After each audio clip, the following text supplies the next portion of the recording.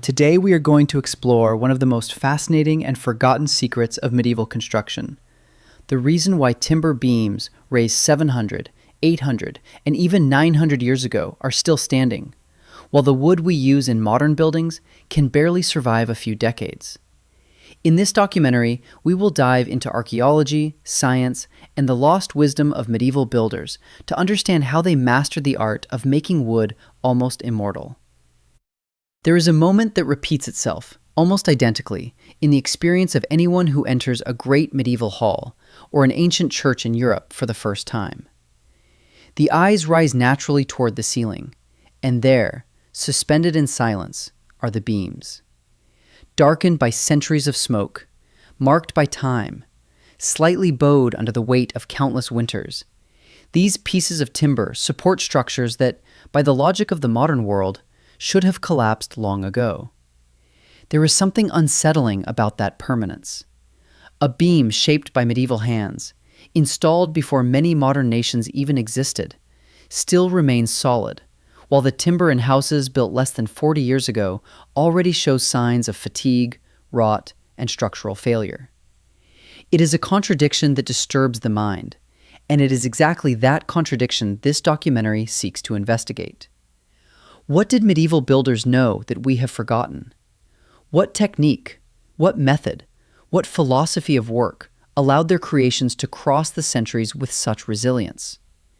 The answer, like any good investigation, does not appear all at once. It has to be built piece by piece, like the cathedrals themselves. To begin unraveling this mystery, we first need to confront a misunderstanding that dominates modern carpentry. Ask almost any builder why wood rots, and the answer will be nearly unanimous. Moisture. Water is the enemy. That explanation, while not false, is dangerously incomplete. Moisture by itself does not destroy wood. The true destructive agent is biological, fungi. And fungi do not feed on water. They feed on sugars. Inside every freshly cut board is a reservoir of nutrients: glucose, sucrose, hemicellulose, simple carbohydrates, all present in the sap. To a fungus, a fresh beam is not a structural element. It is a feast. Moisture merely acts as the activating condition. Without food, without those internal sugars, fungi cannot develop, even in conditions of extreme humidity. Researchers at the University of Copenhagen identified what they called the fungal colonization threshold, demonstrating that the determining factor in wood decay is not the presence of moisture, but the availability of nutrients. Moisture is the condition. Food is the cause. And this is exactly where modern timber fails. Industrial kiln drying removes water from wood in hours or days, but it does not remove the sugars. All the glucose, all the hemicellulose, all the carbohydrates that feed fungi remain intact. Chemical coatings are applied to the surface, creating an outer barrier, but inside, the wood remains exactly what decomposing organisms desire most: food. Medieval builders, without knowing biochemistry, understood this dynamic in a practical and intuitive way. They were not trying to protect wood from water. They were trying to eliminate what fed destruction. And that change in perspective changes absolutely everything. The clue to this understanding did not come from books. Medieval building manuals, when they exist at all, rarely described their wood preparation techniques in explicit detail. The answer came from archaeology. When researchers analyzed oak beams recovered from the old London Bridge, they found something unexpected. Deep inside the timber, far beyond the reach of rainwater or soil, there were residues of calcium and sodium. Not on the surface, not in the outer layers, but embedded within the fibers themselves, in the heart of the beams.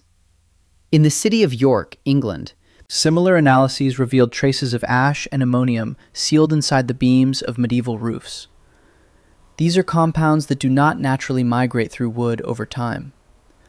Ash does not rise by capillary action through timber, and ammonia does not simply seep inward through exposure to the environment.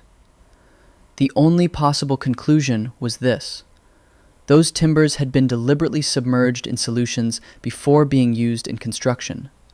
Lime water, brine, ash mixtures, ammonia-rich liquids. These solutions penetrated deeply into the wood and transformed it at a fundamental level. This was not accidental contamination. It was intentional engineering. Leaching, the slow and constant removal of sugars from within the wood, eliminates the nutrient source. Immersion does not merely wash the surface. It drains the interior by diffusion until the wood becomes biologically sterile. Fungi only colonize timber when nutrients remain above a certain threshold. If enough sugar is removed, the wood becomes an environment in which decomposing organisms cannot thrive. Ordinary wood is like a full plate set before them. Leached wood is like an empty plate. No matter how much moisture touches it, there is simply nothing left inside for fungi to eat. But medieval builders did not stop at removing fungal food. Leaching eliminated the nutrient source, yes, but the very solutions used in the soak launched an attack on several biochemical fronts at once. Each region used the materials it had available, and yet the effects were remarkably consistent. Lime water. One of the most widespread treatments created a pH shock within the wood. When submerged in lime, timber absorbs calcium compounds that later react with natural tannins, especially abundant in oak, forming a substance called calcium tannate, a compound notably resistant to fungal enzymes. This is not folklore. It is chemistry performed centuries ahead of its time. Salt water. Used across coastal regions from England to Norway, it worked differently. Brine infiltrated the grain of the wood and destroyed fungal cells through osmotic collapse. Salt pulls moisture out of microbial cells until they dehydrate and die. A beam soaked in brine became a microscopic battlefield where mold simply could not establish itself. Urine. Then there was urine, used especially in monastic and rural settings. As it ages, urine produces ammonia, a natural compound capable of denaturing proteins and deactivating enzymes essential for fungal growth. To medieval builders, this was not waste. It was a powerful biological weapon. And in agricultural regions, fermented plant solutions introduced acids and alcohols that broke down microbial structures, creating yet another layer of biochemical defense. Medieval wood does not merely survive. It wins battles against time that modern timber loses with alarming ease. Bringing these methods back into the modern world is not a matter of nostalgia. It is a matter of practicality. For anyone working on a building project, the first step is preparing the soaking solution. A basic lime bath can be made by mixing hydrated lime into water, allowing it to settle, and then using the clear solution above the sediment. For a brine bath, non-iodized salt is dissolved until saturation. As sugars diffuse out of the wood, the solution becomes cloudia, sign that the sap is being extracted. Only when the cloudiness disappears between water changes can one know that the main nutrients have been removed. If full immersion is not possible, repeated washing with ash water or lime solutions can still be effective, especially when followed by proper drying. To replicate medieval slow curing, the timber must be stacked in a shaded, well-ventilated place with space between each piece, raised off the ground, allowing the wind to do the work. This may take weeks or months, and that patience is exactly what makes the method work. The goal is to combine 3 stages: remove the nutrients, create biochemical hostility, and stabilize the hygroscopic response of the wood. The drying phase is not the fast, forced drying of the industrial kilns used today, but the slow, patient, deliberate drying that often stretched across months. Modern science has confirmed what medieval builders already understood through experience. Slow drying significantly reduces internal stress in timber. When wood dries too quickly, as it does in industrial kilns, the outer layers shrink before the inner ones can adjust. This creates tension, microfractures, and cracks invisible to the naked eye, but functioning for decomposing organisms, like open doors. Those tiny fracture channels are exactly the paths by which fungi invade the interior of the wood. Medieval builders avoided this entirely. After soaking, they stacked the beams in shaded, ventilated yards, often raising them on stone supports to keep them away from damp soil.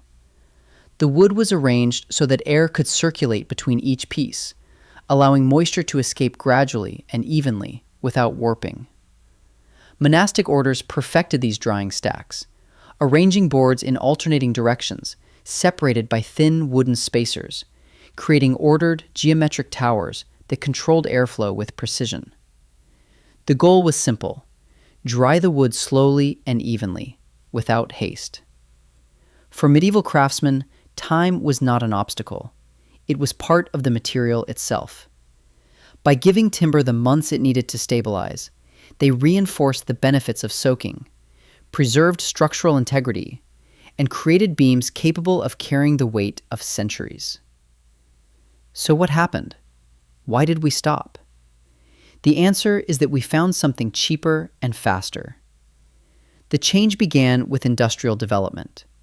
The timber industry shifted its focus toward appearance and surface protection, while medieval builders had focused on internal transformation. A kiln can dry a beam in hours, but it cannot remove the sugars inside it. A chemical spray can waterproof the surface, but it cannot alter the biological environment in the core of the wood. No matter how many layers of copper-based treatment or resin sealant are applied, the interior remains exactly what fungi desire most: food. In the race for efficiency, we traded longevity for convenience. We embraced processes that saved days, but cost us centuries of durability. And without realizing it, we abandoned a method that once made wood almost immortal. The evidence for medieval superiority does not end in dusty archives or ruined monasteries. Modern restoration projects have provided some of the most revealing comparisons. In Germany, during the restoration of a medieval house built around the year 1320, workers removed a damaged beam and replaced it with new timber treated with modern chemicals. 4 decades later, inspectors discovered something that should serve as a warning to the entire industry. The original beam, 700 years old, was still structurally sound. The replacement, installed in 1970, had already begun to rot. The medieval timber had been prepared with soaking, slow curing, and patience. The modern timber had been rushed. So there is something you can do right now, something simple, but something that makes all the difference. Subscribe to this channel. Every subscription is like one of those beams medieval builders prepared with patience, a small gesture that supports a much larger structure. Leave a comment telling us what surprised you most in this story. And if you know someone who appreciates history, science, or simply the wisdom of the past, share this video with them. Because knowledge, like the timber treated by medieval masters, only survives when it is passed on. Thank you for watching, and I will see you in the next one.